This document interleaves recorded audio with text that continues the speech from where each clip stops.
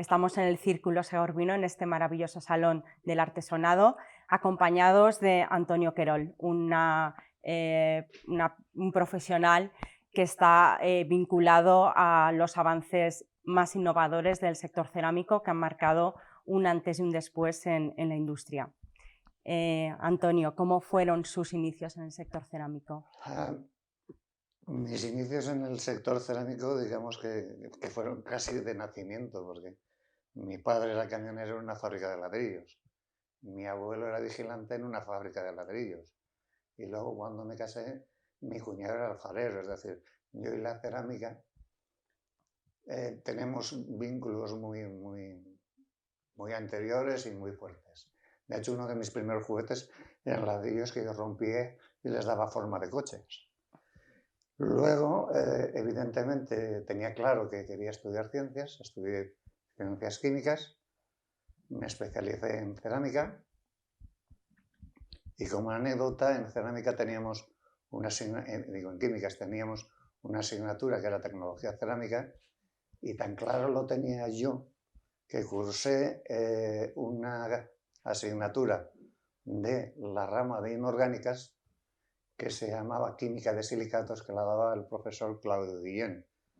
Hoy en día Claudio Guillén somos quizás pocos los que lo recordamos, pero fue el director técnico de Yadro durante muchos años y el padre de todos los colores y todos los esmaltes de las figuras de Yadro. O sea que tuve buenos profesores, aparte de enamorarme de la cerámica.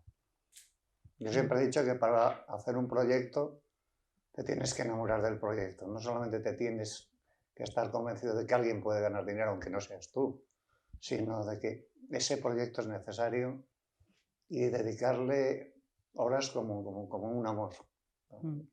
No exactamente, porque esto lo dirá mi mujer y al final habrá represalias, pero sí que o te enamoras de lo que estás haciendo y da lo mismo el periodismo que la fotografía, que cualquier profesión, o lo vas a hacer mal, no lo vas a hacer tan bien.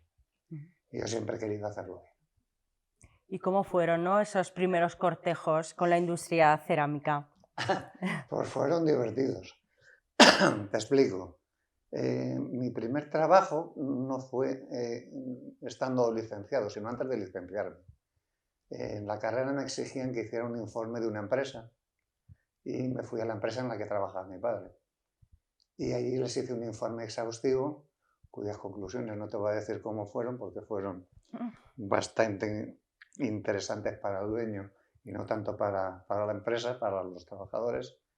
Y luego hice un informe sobre Cerasa, que era una fábrica de azulejos que teníamos en Soneja. Bien, luego ya vino la mili, me separó y seguí con el coqueteo con la cerámica. En vez de dedicarme a lo típico en la mili, que es intentar pasar desapercibido, pues yo me fui directamente al Instituto de Cerámica y Vidrio, que estaba en Arganda, y dije, hey, yo quiero saber más. Y me invitaron a hacer cursos, me invitaron a... De hecho, tenía un pase, una llave, era concretamente una llave para la biblioteca de la Sociedad Española de Cerámica y Vidrio, y cuando me daban permiso en la mili me iba a ir. Es decir, lo tenía tan claro como para eso. Finalizada la mili, pues recibí una llamada de uno de mis antiguos profesores y textualmente, no quito ni pongo nada. Antonio, están buscando a alguien que quiera trabajar mucho y cobrar poco. Y dije yo. Entonces, mis comienzos fueron en una fábrica de azulejos, de pavimentos concretamente, fueron en Onda, en Ceripsa, y ahí empecé a jugar con lo que era la innovación y la cerámica. Sigo el hilo, ¿vale? Sí, por ver, ¿no? Sí, ¿A qué llamaban innovación en ese momento, ¿no?, en esos años? Bueno, hay que hacer un poco de historia. Y es, en cerámica siempre se han utilizado máquinas, que es uno de los motivos de interés que tenías en la conversación previa que habíamos tenido. Siempre se habían utilizado máquinas. Lo que pasa es que se utilizaban en la bicocción tradicional. Bicocción tradicional, para el que no lo sepa, pues es una cocción en la cual tú le das resistencia primero al azulejo, a lo que es el soporte, y luego lo vas a decorar, ¿vale? Entonces, en la decoración de la bicocción tradicional, había una resistencia mecánica en la cual las máquinas de serigrafía que apretaban para dejar la tinta sobre el azulejo, pues no había ningún problema. En CEIRS empezamos a jugar con serigrafiar la monococción GRES. La monococción es casi lo mismo, pero sin cocerlo. Es decir, el sustrato, el soporte, es blando. Es clac, es como una tableta de chocolate. Tiene casi la misma resistencia mecánica. Entonces me acuerdo de que cada vez que lo intentábamos hacíamos una montaña de tiestos, porque claro, se rompían casi todos. Y un día y otro día, y ahora vamos a probar las correas así, y vamos a probar la espátula así, vamos a probar, prueba y error, prueba y error. Es decir, en aquella época ciencia había poca, ¿vale? Es decir, sabíamos que lo habíamos hecho en bicocción, que teníamos una resistencia mecánica, y que en monococción no lo podíamos hacer porque sabíamos cuál era el problema, y era la falta de resistencia mecánica. Consecuencia, pues si no puedes darle mayor resistencia mecánica, se le pudo dar un poquito más, trátala con más cariño. Entonces, pues bueno, se hicieron modificaciones en las serigráficas y se consiguió decorar. Pero previamente a eso, la única forma de hacer azulejos de monococción era con pulverizadas, fumés, ¿vale? Spray. Y entonces se hacían cueros, se hacían efectos especiales, pero no habían los mármoles maravillosos que ves ahora. Eso surgió de una evolución técnica bastante larga, de bastantes años de trabajo. Y por ahí empezó la cosa. ¿Y qué pasó? O sea, ¿cuáles fueron los resultados después de tanta prueba-error, prueba-error? Se consiguió ese primer objetivo innovador y ¿qué le siguió después? Bueno, ¿no? lo que le siguió es lo típico en cualquier sector, pero en el cerámico más. O sea, una vez lo consigue uno, todos los demás también, ¿vale?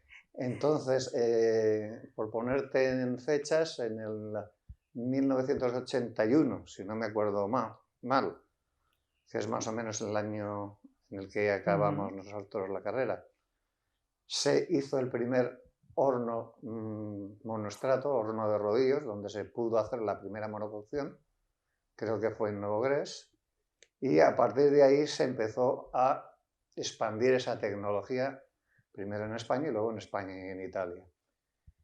Fue posterior la porosa, es decir, el revestimiento. El revestimiento ya necesitó un trabajo un poquito más grande porque ahí era necesario que el azulejo después tuviese una porosidad mayor que el gres para poderlo encolar y ponerlo en las paredes, y luego ya surgió la porosa de pasta blanca. Todo esto seguido con un desarrollo muy intenso de los fabricantes de fritas, esmaltes y colorantes. Es decir, ahí no se le puede atribuir a nadie la invención de la monococción porosa ni de la monococción gres. Es decir, fue ahora yo pongo un poquito en la tecnología, ahora lo pones tú. De hecho, como curiosidad, te diré que la primera frita, el primer esmalte de porosa que se desarrolló, venía de una frita que era un blanco de circonio que había desarrollado Ferro para la bicocción tradicional. Fíjate cómo jugábamos, es decir, no sabemos qué composición necesitamos para hacer la porosa, así que probemos todo. Y creo que se probaron de forma sistemática todas las fritas y todos los esmaltes que vienen en aquel momento, hasta que se llegó a una conclusión: espera, esto funciona. Y a partir de ese momento, pues ya se empezó a introducir. Paralelo España-Italia. La gran diferencia que ha habido siempre entre España e Italia es que ellos han jugado siempre con ventaja. Ventaja en cuanto a que tienen unas arcillas blancas muy buenas, no tienen arcillas rojas, con lo cual no pueden hacer el gres que nosotros hacíamos, tenían que ir a gres pasta blanca, y son unos genios en el marketing y decían que la cerámica española era una cerámica sucia, porque el soporte era rojo, no era blanco, inmaculado como el de ellos, ¿vale? En aquella época, estamos hablando de los años 85 y quizás 90, el desarrollo de maquinaria era casi exclusivo de Italia. Los italianos eran los reyes de la creación de maquinaria para cerámica, con una excepción, y es los hornos. Los hornos fueron suizos, italianos, alemanes, españoles, se hizo un mezcladillo de todo, pero nuevamente con eso que te decía yo de ahora pongo una cosa, ahora pongo otra, porque por ejemplo el sistema de engranajes que hacía mover a los rodillos, ese se desarrolló en toda Grecia. El sistema de tracción de los rodillos por cadena se desarrolló en Italia, que fue Sagni, ¿no? La verdad es que de aquella época los nombres ya me bailan un poquito, ¿no? Y mantuvieron esa posición de líder a base de adquisiciones durante muchos años, ¿vale? Hasta que en el 2000 llegan unos chavalillos y dicen, espérate un momento que vamos a pegar un golpe sobre la mesa y vamos a hacer la introducción de la tecnología digital en la cerámica. Ese sin duda ha sido el hito disruptivo más importante que ha tenido no solamente la cerámica, sino ahora también lo está sufriendo el textil, el papel y otros sectores, en el de llevar a la práctica la teoría de la fabricación 4.0.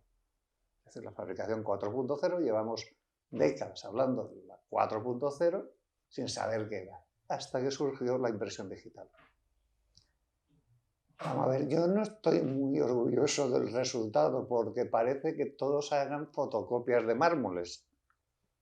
Yo, cualquiera que me haya escuchado en cualquiera de las conversaciones públicas y privadas que he tenido ocasión de tener, siempre he dicho que nosotros hicimos una herramienta, no hicimos la máquina definitiva de hacer azulejos. Que igual que existía la prensa para hacer el soporte, que existía el secadero para secar el soporte, el horno para cocer el azulejo, pues la máquina digital era una herramienta para decorar, pero que había que darle más sustancia con otras tecnologías ya tradicionales. Yo te puedo decir que, en mi opinión, desde el año 2000 no se hace cerámica. Se hacen fotocopias de mármol en azulejos. Esto que está diciendo me llama muchísimo la atención, que diga que no está orgulloso de ese salto que ha sido realmente la revolución que ha marcado un antes y un después en la industria cerámica, de la que usted es protagonista.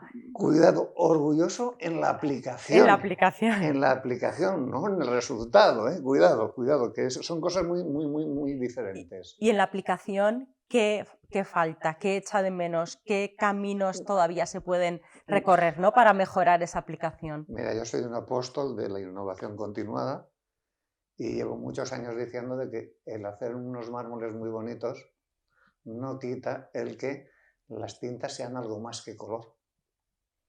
Es decir, yo estoy intentando, predicando, porque ahora dentro de 4 días me voy a jubilar, luego no podré hacer nada más que predicar, predicando el que se funcionalice la cerámica. Es decir, que no tenga solamente una función estética, que es la única que tiene ahora. Bueno, sí, venga, tiene dureza, tiene resistencia mecánica, es aislante térmico, es aislante sonoro, es resistente al rayado, sí, pero todo es estético. Es decir, no tenemos un azulejo al que le apliquemos un voltaje y se enciende, se ilumine. No tenemos un azulejo que lo pisemos y genere electricidad. No tenemos... ¿Me sigues la pista, no? Sí. Con todas esas ideas, el sector no puede permitir que se jubile. Porque sí, se lo va a tener que permitir. Faltan muchísimas aplicaciones, muchas funcionalidades para la cerámica. Mira, yo ahí, perdona la tos, pero es cuestión de la medicación que tomo. Y alguno dirá, más deberías de tomar. El tema del desarrollo de las tintas que estás haciendo van a definir un poco qué es lo que vas a poder hacer. Al principio, en el año 97, 98, que es cuando se hizo la parte más ingrata del desarrollo, porque no habían resultados buenos, teníamos un problema y es que el amarillo no quería salir. El color amarillo no nos salía. El negro lo hicimos con un material que hoy en día es más conocido, pero que es el rutenio. El rutenio, una tierra rara. Y nos sirvió para hacer una tinta negra. El azul lo hicimos fácil, era el cobalto. El cobalto se ha gastado desde la historia y la prehistoria. Pero el amarillo no salía. Y yo tenía unas presiones enormes. Yo en aquella época estaba en Ferro y, vamos, había gente que se compraba el coche amarillo para meterme presión. O sea, me he comprado un coche amarillo, ¿sabes? A ver cuándo haces un azulejo amarillo. Bueno, al final, a base de imaginación, se consiguió hacer un pseudo amarillo y se pudo enseñar en el Cebisama del 2000 que eso era posible. Entonces yo recordaré la anécdota del fabricante número 1 italiano en maquinaria, que estaba tranquilamente en Italia, porque la feria de Cebisama siempre ha sido despreciada por los italianos, los fabricantes de maquinaria me refiero, y lo hicieron venir. Cogió su avión privado y apareció en el stand, se presentó en el stand de Ferro y... ¿Esto qué es? ¿Estáis locos? Aquí 3 locos han hecho una revolución. Y a partir de ahí es cuando se puso ya más energía en el tema del desarrollo. Pero fíjate que no fue fácil, porque nosotros presentamos la máquina en el 2000 y hasta el 2008 no tuvimos competencia. 2008-2006, que me perdonen los que siguieron, pero no recuerdo exactamente si fue el 2006 o el 2008. En el 2008 sí que fueron una barbaridad, porque uno de los grandes fabricantes de cabezales ofreció la tecnología tipo kit para que cualquiera montara, y efectivamente salieron, creo que ese año salieron 12 o 14 fabricantes de máquinas. Pero tú fíjate lo que es tener una innovación disruptiva, rompedora, en la cual pues además tanto no, perdona, ya me saldrá el nombre de la otra parte. Torrecid era el partner en esmaltes y colores de la otra parte, Ferro era el partner nuestro, yo trabajaba en Ferro, como te decía. Desarrollamos las tintas pigmentadas. El sector se volvía loco, no el sector de cerámica, el sector de impresión, porque ellos todavía no habían sido capaces de hacer tintas pigmentadas. Estaban todavía con tintas solubles y tipo dye. Y llegamos nosotros y hacemos tintas pigmentadas con sólidos que tienen una densidad altísima de 4,5, 5, 6. Vale. Imagínate el vértigo de estar en el 2006, después de haber lanzado el producto en el 2004, y mirar atrás y ver que no viene nadie. 2001, 2002, 3, 4, 5 y 6.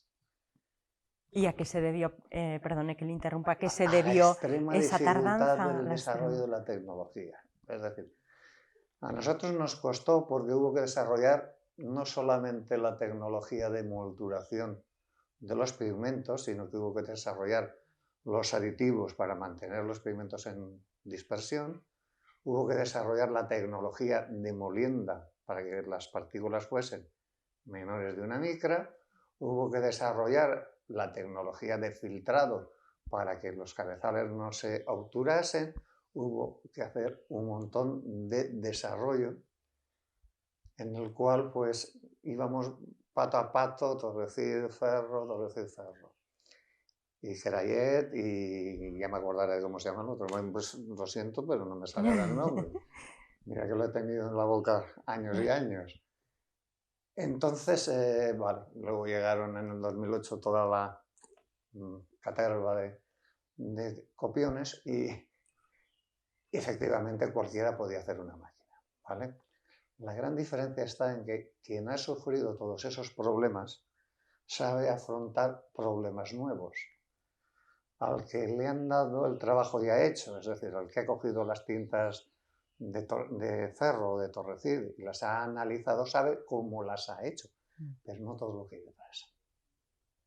Es decir, no sabes por qué hay que añadir este tipo de vehículo, no sabes por qué hay que añadir qué hay que hacer. ¿De acuerdo? Entonces, cuando surgen otras tecnologías para aplicar, por ejemplo, el papel, que no fue el segundo sector, sino curiosamente fue la electrónica. La electrónica, qué Sí, curioso. a mí me pidieron que hiciera desde Ferro, uno de los grandes negocios era la electrónica de los coches, la parte de las lunas y todo eso. Eso es material de Ferro. Me pidieron que desarrolláramos aplicaciones para ese tipo de mercado, para vidrio. Pues bueno, el segundo tipo de material que surgió fue esmaltes, tintas de plata para hacer este tipo de productos sobre vidrio, es decir, ruptura nuevamente total. Luego en papel eran otro tipo de pigmentos, textil son otro tipo de pigmentos, pero ya vas avanzando. Ya sabes que la máquina no la tienes que modificar mucho, excepto en detalles muy concretos, de presiones, voltajes, detalles técnicos. ¿Vale? Pero lo que es el resto de la estructura te sirve. ¿Vale? Y todo ese conocimiento, ¿no?, que nace del clúster de la provincia de Castellón, sí, corre peligro, ¿no?, debido a los copiones, que ahora son terceros países. Ahora, copiones no, la competencia. La competencia. competencia. Terceros países. ¿Peligra el liderazgo del clúster cerámico español como polo de innovación? Vamos a ver, peligramos por nosotros mismos. Mira, yo hay una de las cosas que más me duelen de cómo se ha tratado a los fabricantes de maquinaria españoles, es que en el 2000, cuando hicimos la demostración, que aquello fue un caos absoluto, porque nosotros teníamos previsto hacer una demostración cada 2-3 horas en el stand de Ferro, y acabamos haciendo una demostración cada 5 minutos. Durante 7 días que duró la feria. Entonces, claro, ahí venían todos los fabricantes, todos los técnicos, todo el mundo relacionado con la cerámica, y uno de los capos de las azulejeras, que tenía una importancia muy alta, no voy a decir quién es para que no se ofenda, se me quedó mirando y me dice: Antonio, esta tecnología es revolucionaria, pero la compraré cuando sea italiana. Sí, sí, sí. Tal como lo oyes. Tal como lo oyes. Me quedé frío. Y desde entonces mucha gente ha tenido ese, no digamos pensamiento tan fresco como tuvo aquí en aquel día, pero sí nosotros tenemos competidores que son italianos y que han vendido máquinas en España, y nosotros hemos vendido máquinas en Italia. O sea, no hay unas rencillas patrias entre nosotros. En el tema de tecnología INGE, cuidado, en el resto nos mordemos. La gran ventaja estratégica es que el sector más pujante alrededor de la cerámica, que es el de fabricación de fritas, esmaltes y colores, ellos les llaman colorificios, pero a mí no me gusta porque es una palabra demasiado italiana, está controlado por españoles. Bueno, ahora sabes que hay supergrupos que se han unido, pues lo que era Ferro y todos los satélites que compró, se han unido con Itaca y Smart Glass y todos los satélites que compraron, con lo cual se ha convertido esto ahora en un absoluto monstruo. Esa ha sido siempre la gran ventaja, es decir, la cercanía, el tener en un clúster a todos los interlocutores, a los mejores fabricantes, o por lo menos los mejores vendedores, que es Porcelanosa sin ninguna duda, a grandes fabricantes, que algunos de ellos son líderes mundiales, como puede ser Pamesa o el grupo este de Nulles, STN. ¿vale? Son líderes mundiales, son los que más azulejos fabrican en el mundo, y lo fabrican en Estados Unidos y lo fabrican en diferentes países. Entonces, eso hace que los técnicos podamos hablar, ¿vale? Y eso te lo puedo decir yo de buena mano porque yo he tenido, ahora resulta muy gracioso contarlo, pero cuando me lo dijeron la primera vez no me gustó. Yo era un culo de mal asiento. Es decir, yo aguantaba en una empresa máximo 3, 4 años. A los 4 años me entraba el nervio, eso de que ya conoces qué es lo que estás haciendo y cambiaba. Y a veces era cambio de una sola empresa y a veces era de empresa y de sector, ¿vale? Entonces he hecho saltos varios de fabricante de azulejos a fabricante de esmaltes y dentro de fabricante de esmaltes lo he hecho todo, desde venderlos, formular colores y el salto que me faltaba, que fue el de maquinaria, ¿vale? El salto de maquinaria vino un poco forzado porque era una idea que, como hablábamos off the record, Sí. el tema de la inyección de tinta era una idea que estaba en el ambiente, es decir, era lógico que todos teníamos impresoras en el despacho y te la quedabas mirando y imprimías dibujitos y decías, esto tiene que poder hacer algo aquí. Y efectivamente, fíjate la que se ha liado. Pero había que hacer algo. Evidentemente, solo con pensar y decir esto se puede hacer, había que hacerlo, ¿no? De hecho, ya te digo, en el 2000, en esas demostraciones, Sí. la siguiente frase más escuchada era, eso ya se me había ocurrido a mí. Todos decían, eso ya se me había ocurrido a mí. Y mi respuesta llegó un momento en que dejó de ser amable para ser ácida. Y mi respuesta era, sí, pero los que hemos estado trabajando como negros hemos sido nosotros. Y el resultado está aquí. Y mira si trabajamos como negros, que les costó 6 años pillarnos, ¿no? Pero sí, fue un trabajo duro y bonito. Claro, no existían tintas, con lo cual la química preexistente no te valía. Hubo que hacer una química especial para eso, tanto en tintas como en el esmalte. El esmalte, al principio necesitábamos un esmalte especial para que saliera en amarillo, porque si no, no salía, ¿vale? Con lo cual la textura era la que había y no la quieras cambiar porque no podía ser. Luego ya surgieron las tintas pigmentadas y ahí ya fueron los esmaltes que se querían y actualmente pues se están haciendo azulejos con texturas brillantes, mates, bajos relieves, metalizados, lustres. Es decir, todo eso viene de un desarrollo en el cual pues alguien tuvo que decir, si no hay lo invento. No vale eso de, a mí se me había ocurrido hacer una tinta lustre para inyección de tinta. Sí, amigo, pero ponte a hacerla. ¿Y puede haber alguna innovación en los próximos años o en un futuro que sea comparable a la inyección digital que ustedes plantearon en el año 2000, en aquella CEMISAMA que dejaron a todo el sector con la boca abierta? Bueno, yo ahí primero tengo que ser justo con el sector, y es decir, decir que la inyección de tinta ha sido un hito irrepetible y el mayor hito quizás no sea justo, es decir, el mayor hito fue la introducción de la monococción, sin ninguna duda.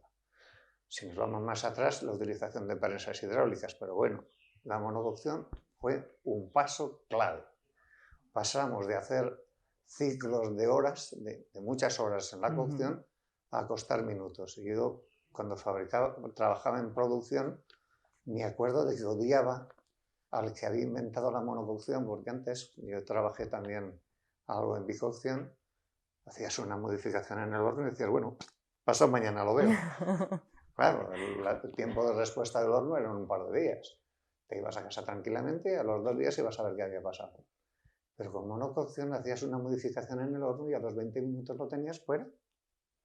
Entonces, si tenías un problema de curvatura del azulejo que te se iba para abajo, te hacías una corrección, te se subía para arriba, pero no mucho, te hacías otra, y eso eran 20 minutos cada vez. Y yo llegaba a mi casa con una facilidad enorme a las 3 y las 4 de la mañana. Y a las 8 ya estaba allí. O sea, habían días de dormir 5 horas o dormir muy poquito.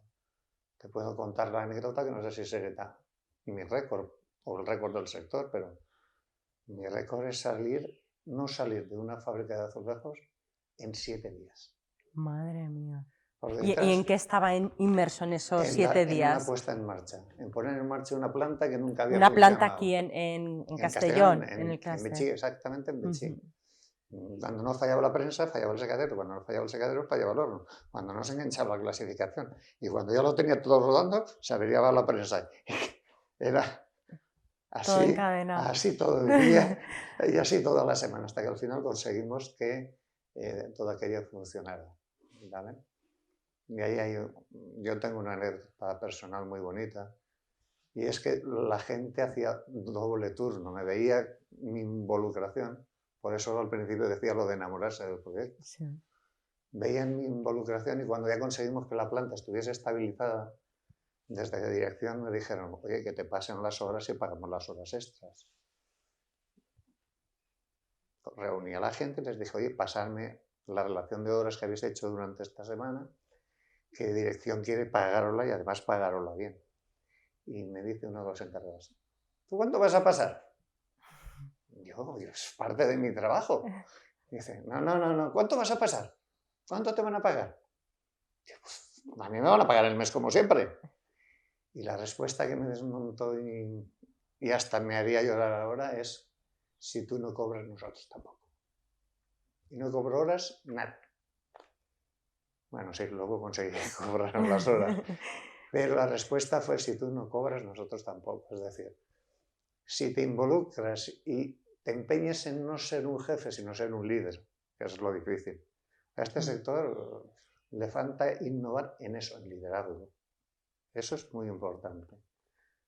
Porque estamos ahora inmersos, y sobre todo ATC está inmerso en la formación, pero nos estamos olvidando de formar a los directivos, a los jefes de planta, a los directores técnicos.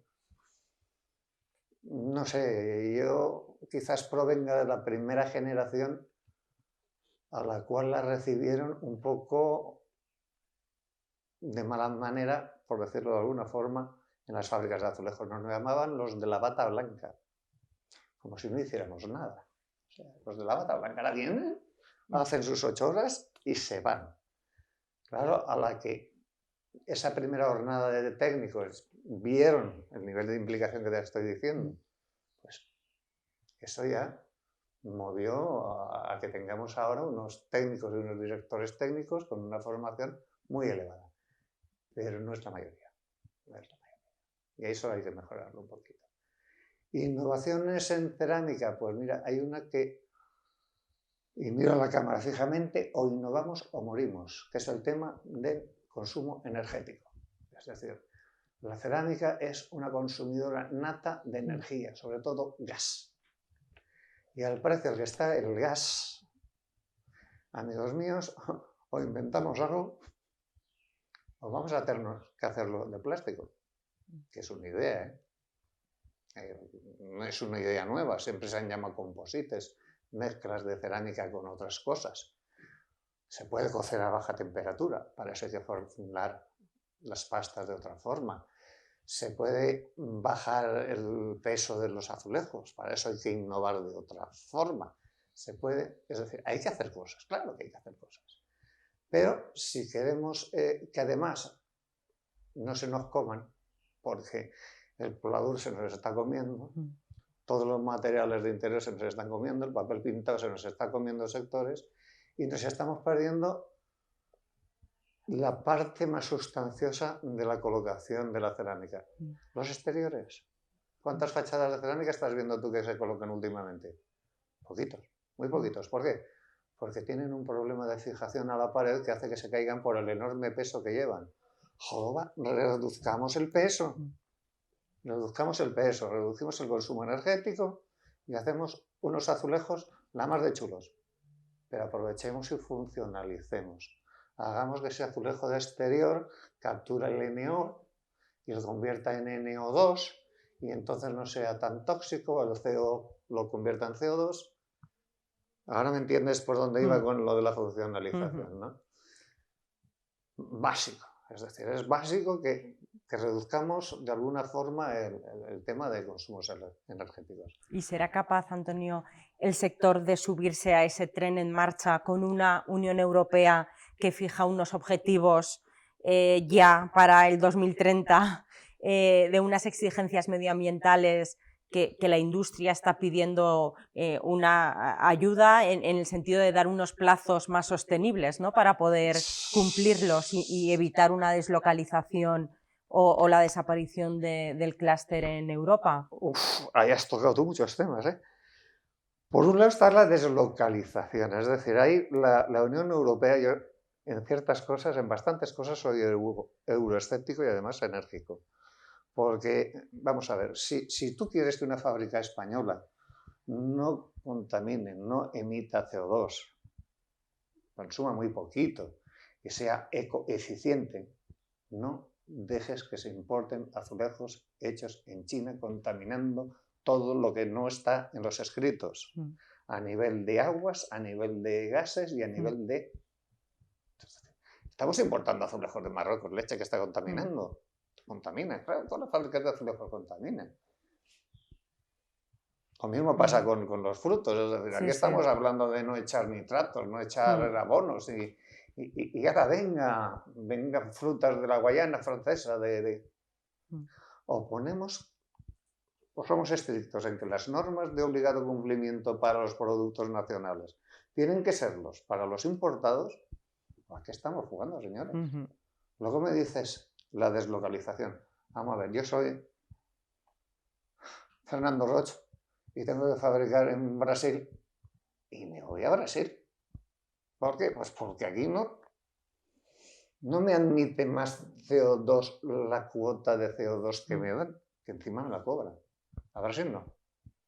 A Brasil, me imagino, no lo sé, esto es hablar por hablar, me imagino que dirán, ¿cuánto CO2 estás emitiendo? Y el técnico le dirá, 1000 toneladas al mes. Este dirá, 5 toneladas al trimestre. Y pagan 5 toneladas al trimestre. Y aquí estamos pagando realmente lo que estamos emitiendo. No es justo. No es justo, no es justo con el sector. Si será capaz de adaptarse al entorno cambiante. Mira, en cerámica hay un juego de palabras que me enseñó un coach hace un tiempo. En España y en Europa estamos en un entorno que es variable, inseguro y imprevisible. Entonces, estamos acostumbrados a eso. Lo que hay que hacer es, primero, que las autoridades europeas dejen hacer. Es decir, nadie sabe mejor que el fabricante que por su bien tiene que dejar de emitir. ¿Por qué? Porque está fabricando en un pueblo que tiene habitantes. Y esos habitantes son los primeros que transmiten la imagen de marca que tiene el fabricante de azulejos. Si yo contamino y estoy tirando a la atmósfera aldehídos, cetonas que huelen muy mal, mi imagen se va a resentir. Es decir, yo soy el primer interesado en que esos aldehídos, cetonas, esos gases que están molestando a mis vecinos no vayan a la atmósfera. Es decir, yo lo hago, no hace falta que me obligues. Que reduzca el consumo energético por kilogramo, chico, es mi factura. ¿Qué quieres que haga? No voy a tirar contra mí mismo. Es decir, tenemos que hacerlo por necesidad. Entonces, lo único que tienen que hacer es no normatizar tanto. Vamos. Hay normas en exceso, creo, para todo. Entonces, bueno, una racionalización de normas, por favor. ¿Y usted ve que es factible introducir nuevas fuentes de energía alternativas en la fabricación de azulejos? Últimamente, con los fondos de reconstrucción de Europa, han aparecido muchos proyectos desde aquí, desde la propia industria española que está en Castellón, subiéndose a proyectos de introducir el hidrógeno, la electrificación de los hornos. ¿Eso es viable? Vamos a ver, la electrificación del horno, sé quién es el mayor abanderado y es una soberana tontería. Es decir, hay que saber cómo se va a generar esa electricidad para no pedirle peras al olmo. Es decir, solamente hay una forma de producir electricidad en este momento a través de energías limpias. Es decir, hidroeléctrica, solar o eólica. No hay más. Si queremos generar la cantidad de electricidad que consume un horno eléctrico de cerámica, hay que quemar gas. Hay que meterlo en una turbina. Eso en cerámica es muy viejo, se llama cogeneración. O sea, de paso que genero energía para el atomizador, genero electricidad para la planta. Pero los coeficientes de rentabilidad, rendimiento, eficacia que tiene la conversión de gas a electricidad son muy bajos. Es decir, vamos a hacer la reflexión despacito para que veamos la tontería. Es decir, tenemos un molino eólico que genera electricidad, ¿vale? Nos llevamos la electricidad a... ¿dónde nos la llevamos? Nos la llevamos a un electrolizador. ¿Y qué producimos ahí? Hidrógeno y oxígeno. Maravilloso. Guardamos el hidrógeno y el oxígeno, podemos hacer muchas cosas con él, pero lo podemos soltar, ¿vale? Ya tenemos hidrógeno. Y ahora lo vamos a quemar para hacer electricidad. ¿Estamos tontos o qué? Es decir, guarda ese hidrógeno, mézclalo, que es factible, con gas natural y empieza a aumentar progresivamente el porcentaje de hidrógeno en la relación gas natural-hidrógeno. Y cuando te quedes 100% hidrógeno, ya tienes el cambio, la transición a energía limpia, pura y dura. Pero para eso hace falta inversiones. Inversiones y seguir montando molinos eólicos, a pesar de que son feísimos, y no hacer tonterías. Es decir, yo soy ecologista como el que más. No sé si se ve algún punto, algún hilo ecológico en todo mi razonamiento, pero parar las centrales nucleares en este momento es la mayor estupidez que vamos a hacer. ¿Por qué? Pues porque hay que quemar gas y carbón. Y si ya tenemos una factura por quemar gas y carbón, bueno, afortunadamente carbón creo que no quemamos ya. Para generar electricidad, no paremos las centrales nucleares que tenemos en marcha, que nos están dando unos buenos gigavatios. Si las paramos, a quemar gas. No hay más remedio. Y en cuanto a innovaciones, ya has señalado las nuevas funcionalidades que también ayudarían a ese ahorro energético. ¿Hay en estos momentos las empresas están por la labor de innovar del mismo modo que se innovaba años atrás con los grandes avances, o piensa que el sector ya está en un momento de madurez y ha tirado un poco la toalla en ese aspecto? No. Pensar que en el sector cerámico no se innova es no conocer al sector cerámico en su amplitud. Es decir, no he visto sector más competitivo que el cerámico. Tú presentas una novedad en Cerisama y en Cersei la tienen todos.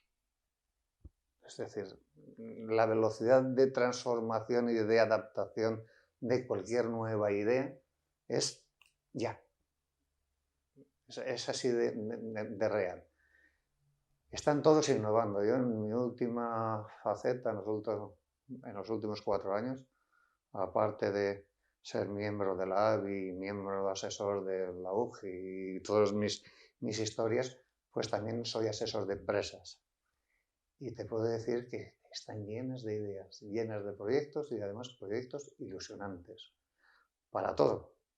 Por ejemplo, en las cintas, para eliminar los pocos disolventes orgánicos que le están poniendo y que todo sea agua. Ecología, sí, pero también ahorro y eficiencia. En desarrollar nuevos pigmentos, de desarrollar fritas que funden a menor temperatura y que permiten continuo. Los fabricantes de azulejos, a pesar de que yo haya pegado un palito con el tema de los espesores y todo eso, también están trabajando en eso. Porque hay empresas muy activas que están pensando en cómo anclar sus pavimentos o revestimientos a las paredes de forma de que no tengan reclamaciones cada vez que se les cae un azulejo, lo cual es bastante difícil, bastante peligroso. El tema de funcionalización, ya se han hecho cosas, o sea, ya se han hecho azulejos bactericidas y me consta que hay proyectos acabados ya y no sé en qué fase de comercialización están, en depuración de gases. Lo que pasa es que a veces somos muy alegres en decir, no, vamos a hacer un azulejo que capture el CO2, el CO, lo convierta en CO2 y ¿qué hacemos con el resto? Es decir, luego hay que limpiar el azulejo. Claro, si haces un edificio de 36 pisos con esos azulejos, capturarás mucho CO, pero luego ¿cómo lo limpias? O NO.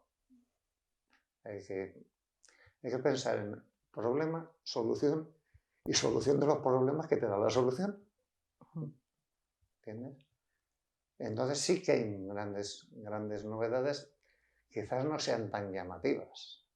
Es decir, el tema de la decoración Inject es que ha sido muy llamativa. Ha sido, sinceramente, ha sido tan llamativo que incluso los grandes impresores, como la industria del periodismo y sobre todo el tema de packaging, lo tiene muy vigilado el tema. ¿Por qué? Pues porque permite una productividad y una flexibilidad enorme. He hablado con fabricantes de packaging que me decían, es que tenían problemas ahora con la crisis del 2008, porque recibían pedidos de uvas a peras. Y cuando recibían un pedido eran en cajas, 200 cajas, 1000 cajas. Y me decían, Antonio, la planta la tenemos preparada para 10.000 cajas a la hora. Tú me dirás, ¿qué hago yo? ¿Cómo fabrico esas cajas? Claro, cuando surgió todo el tema del digital, no solamente fue una revolución en cerámica, es que todos los sectores se nos quedaron mirando como diciendo, ¿qué habéis liado? Porque claro, todos querían hacer algo. Recuerdo a nivel tecnológico que en el año 97 nos fuimos a Drupa, una feria alemana, y allí estaban desarrollando un cabezal de ancho de página, para que, con un solo cabezal, para que imprimiera. Llegamos nosotros con cabezales normales y aquello se paró completamente. Dijeron, ¿para qué si esto lo han resuelto? ¿Para qué vamos a hacer un cabezal que además valía una auténtica fortuna? Y entonces, evidentemente, ese desarrollo se paró, pero siguieron otros. Es decir, aquí el tema de funcionalizar, el siguiente paso, el primero que se ha dado, te decía antes lo de la fabricación 4.0, uno de los pilares de la fabricación 4.0 es la fabricación aditiva. Es decir, y cerámica siempre ha sido, que me perdonen los puristas de la 4.0, pero la cerámica siempre ha sido fabricación 4.0 desde hace muchos años.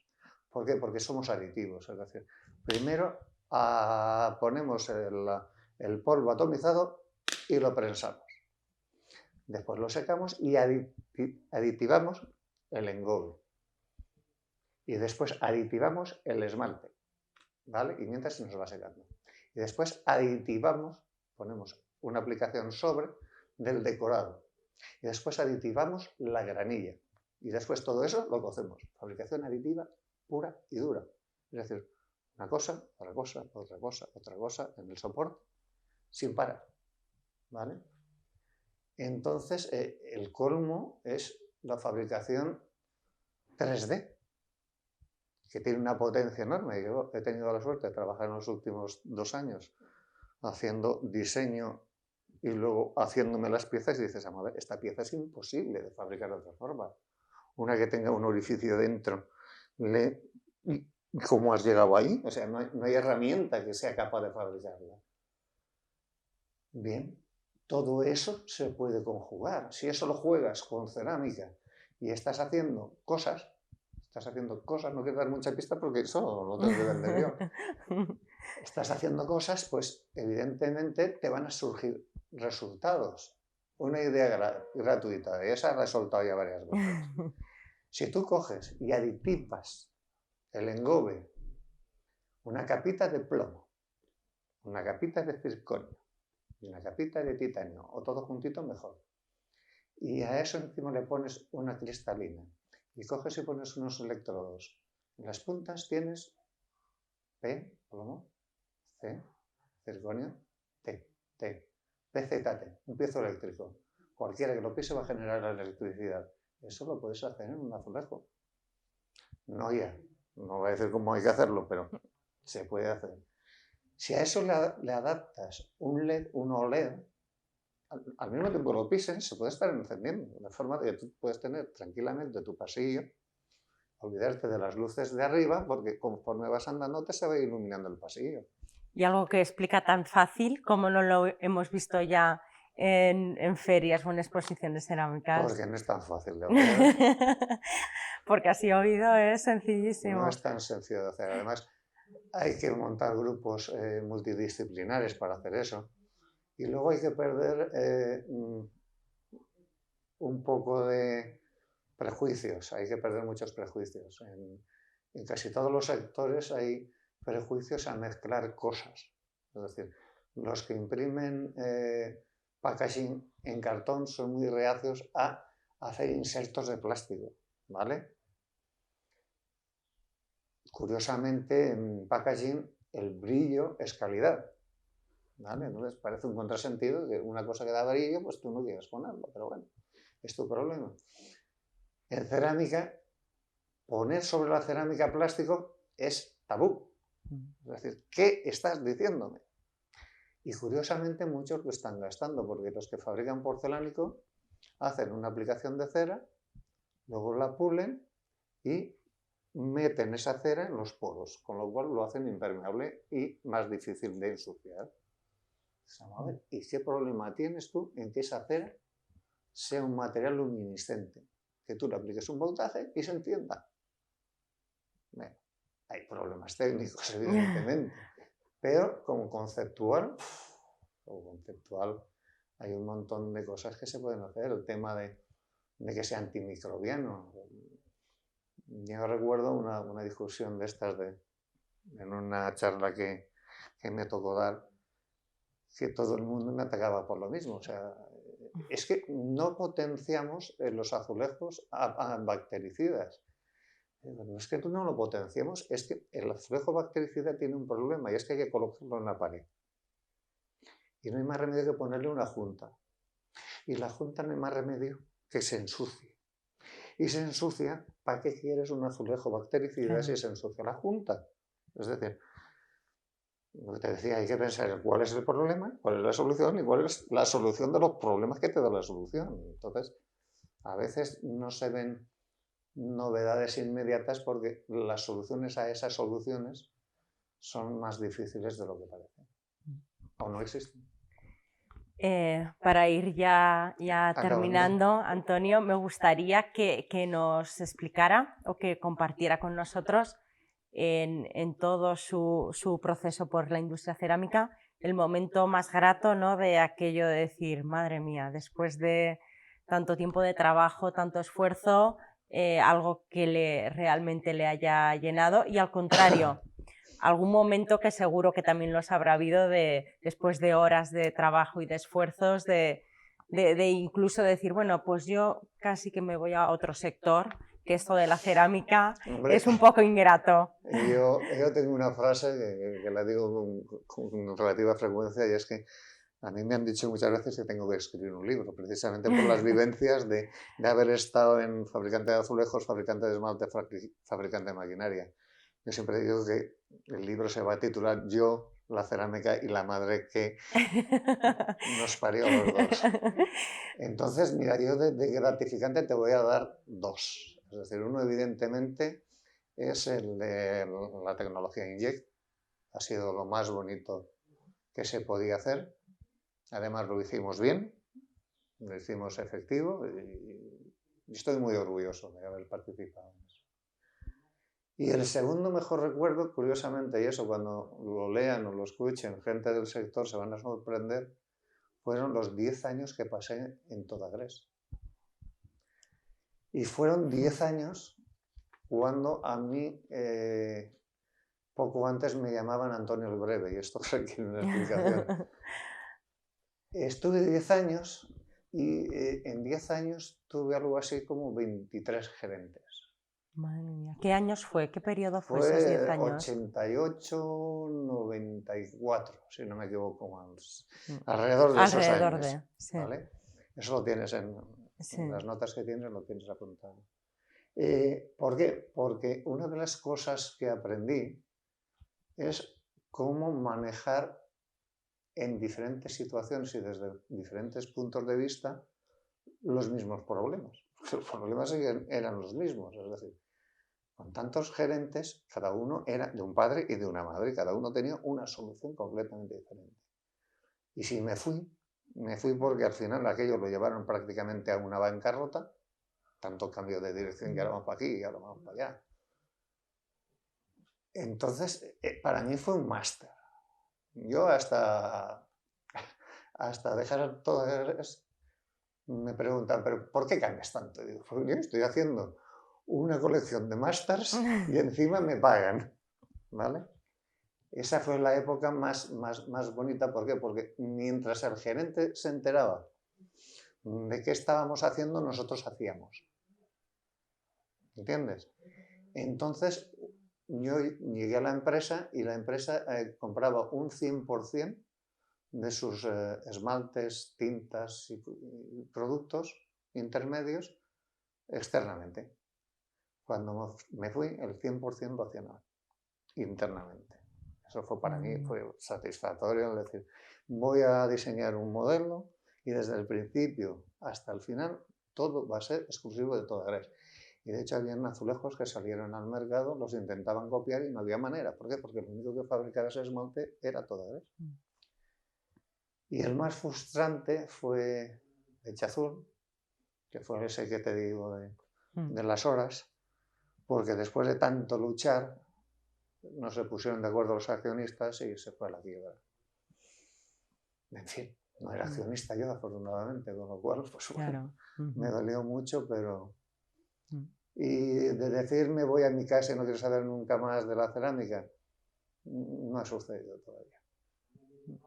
Estoy enamorado de la cerámica.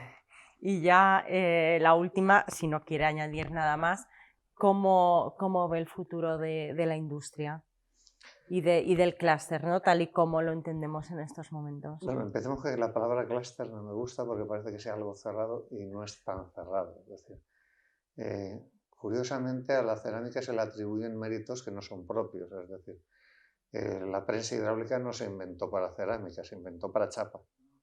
El horno cerámico de rodillos no se inventó para cerámica, se inventó para otro fin. Creo que eran tensar ballestas, si no recuerdo mal. El atomizador no se hizo para cerámica, se hizo para farmacia. Es decir, el clúster cerámico, una de las grandes virtudes es la capacidad de mirar a su alrededor y coger ideas buenas. ¿Has visto lo de la INGEC? La INGEC simplemente mirar alrededor y decir, bueno, tengo lo que me hace falta. La idea la tenemos todos. Pues voy a hacerlo. Amigo, eso no lo han hecho todos. ¿De acuerdo? Entonces, al clúster, al sector, al grupo de sectores que hay involucrados, pues no lo sé. Sinceramente no lo sé porque depende de si van a ser capaces de salir del hoyo energético en el que se van a meter. Sinceramente, es donde veo el gran problema. Más que en que sean capaces de encontrar soluciones funcionales para hacer azulejos No veo que la guerra esté ahí. La guerra está en, primero, si vas a exportar, que te salga a cuenta. Es decir, no me hagas un metro cuadrado de 20 kilos. ¿Por qué? Porque lo vas a meter en un barco y eso hay que llevarlo desde aquí hasta Brasil. Y en Brasil te lo están fabricando. Y tú cada vez vas a pagar más por ese flete desde España hasta Brasil y al final no vas a poder. No es que te vayas a tener que externalizar, no es que vayas a tener... Es que vas a morir. O sea, se van a cerrar las puertas. Competencia exterior la estás haciendo tú mismo. O sea, los que se externalizan somos nosotros. Somos nosotros los que nos estamos yendo a fabricar fuera. Aparte de eso, ya te digo, o sea... Yo, ojalá alguien piense un poquito alrededor del tema energético, cómo solventarlo, pero yo lo tengo claro. O sea, hidrógeno y cerámica arriba. Es el problema que tenemos, el coste energético. Y si queremos hacerlo con hornos eléctricos, pues vamos a apañar. No vamos a ninguna parte.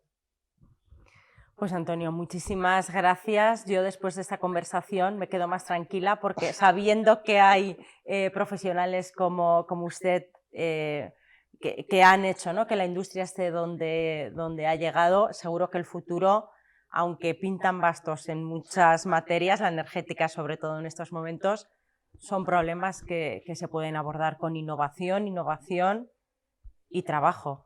Y más innovación, entiendo, claro. Yo te diría que todavía hay que ser más optimista porque hay grupos de investigación muy activos y muy interesantes y hay gente muy válida en el sector que tienen unos hándicaps de problemas que ellos no pueden solucionar. No le pides a un técnico de una fábrica que solucione el problema del gas porque no lo va a solucionar. Es un tema coyuntural del sector donde Aster, ACEBEC y ANCEC y todas las empresas estas, conglomerados de empresas, tienen que ponerse de acuerdo y decir, oye, hasta aquí hemos llegado. Presionar al gobierno, oye, vamos a ver, eso de que vas a parar las centrales nucleares, espera un momento, porque nosotros necesitamos energía. Y si se va a producir hidrógeno, lo queremos para quemarlo. Nosotros no tenemos otro uso del hidrógeno que quemarlo y obtener aparte del hidrógeno. Pero las necesidades energéticas hay que cubrirlas. Si me cierran las centrales nucleares, son gas que se me va de mi consumo a las térmicas. Con lo cual, la misma oferta, mayor demanda, mayor precio. ¿Quién sale perdiendo? La cerámica, el pobre de siempre. Ya salimos perdiendo con la cogeneración y ahora saldremos perdiendo de esta batalla. Bueno, esperemos que alguien nos haga caso, ¿no? Yo sigo predicando por si acaso. Sí, vale. Esperemos. Muchísimas gracias, Antonio. Un verdadero placer. Ha sido un placer también para mí. Gracias. Vale.